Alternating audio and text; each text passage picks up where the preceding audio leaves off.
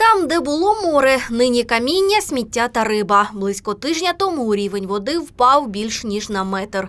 На центральному пляжі подекуди утворились острівки. На них осіли птахи.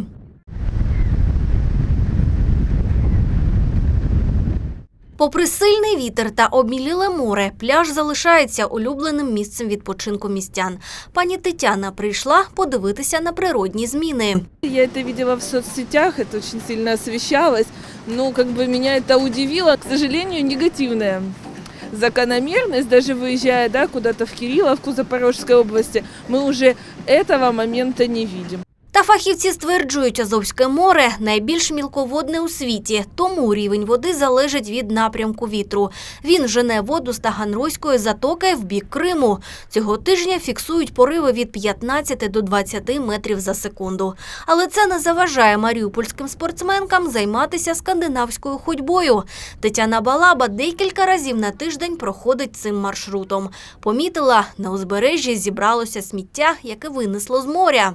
Запланировала в это воскресенье идти на Песчанку. Говорю, ура, море ушло, и мы дойдем до Рыбацкого. А сейчас смотрю, оно прямо быстро приходит вода. По дороге стекла, пакеты мы можем собрать сейчас, потому что когда уходит, оно быстро подсыхает.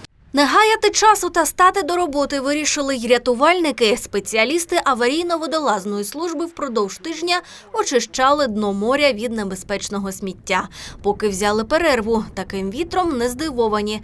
Проте чекали на нього пізніше. А он у нас бывал и в январе, и в декабре, и в марте. Такое поведение нашего моря мы видим каждый год. И пытаемся это использовать для работы. Побільшало роботи й і у комунальників та метеорологів.